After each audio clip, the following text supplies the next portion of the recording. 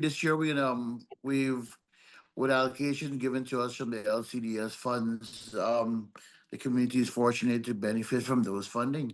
What we're going to do this year is we're going to invest in agriculture. We'll do invest in tourism. We're going to invest in education. We're going to invest in security, electrification, and expansion. We're gonna have more of these funding directly impacting residents in terms of assisting with business startups, and we're gonna, I think for the very first time, the council is taking on initiative where we're gonna assist 3 persons this year in providing a home for their families. There are some residents in the village that, they're still living in a condition that's not suitable in terms of their housing. What we're looking for is just a focus on people who will need a little extra push that don't have no kind of income coming into their household and stuff like that. They'll be entitled to these grants. Of course, there's an application process in which you fill up, and from that you'll be shortlisted to get this grant. This grant obviously will be your project will be monitored to ensure that, all right, if you see you're going to do something with it, then we want to make sure that you do that. So we'll have the LCDS committee monitor and to evaluate and to ensure that, listen, what you said you're going to do is what you're exactly doing with the funding.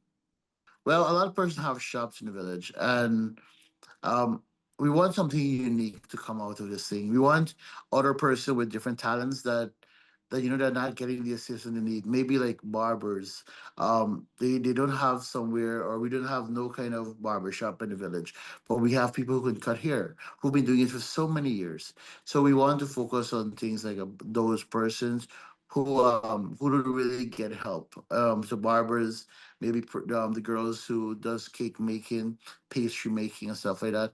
Level, we're gonna support small agricultural projects, private agriculture projects as well.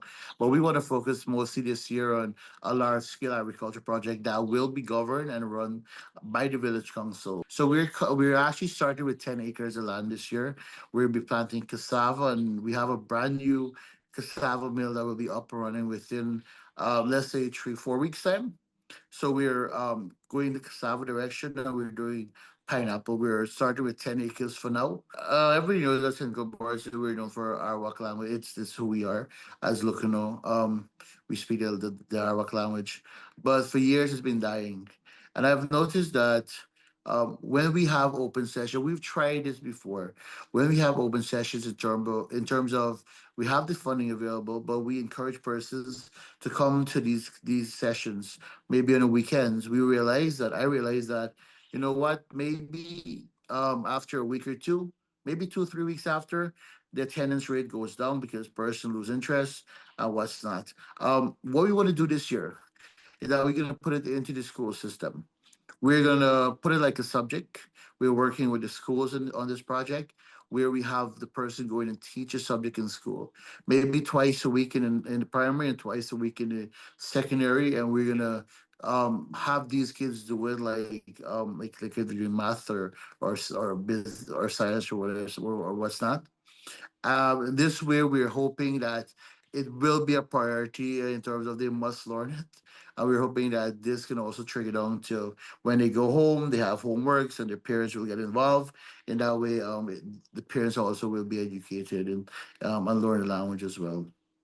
Still going heavily this year on tourism, and I must say that tourism as Singapore's for location, it's ideal for tourism in terms of those person wanting to come and spend a day and chill out to the creek and stuff like that. This year we're gonna going to outdoor restaurants.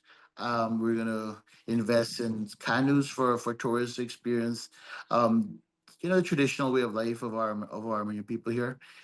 We also going to be looking to upgrade our guest house to those persons who wanted to come in overnight in the village. We're going to upgrade those facilities. And also, we're going to go big this year on things like our events. We have St. Govor's Village Day starting. It's going to be held this year on the 15th of March, right here in the village. And we're going to start investing a lot in sports. We know the village day we do a lot of sports. We have two playground in the village here, so We're putting 5 million aside also for sports, and person can come and witness the kind of athletes that we have on our village day if they so desire.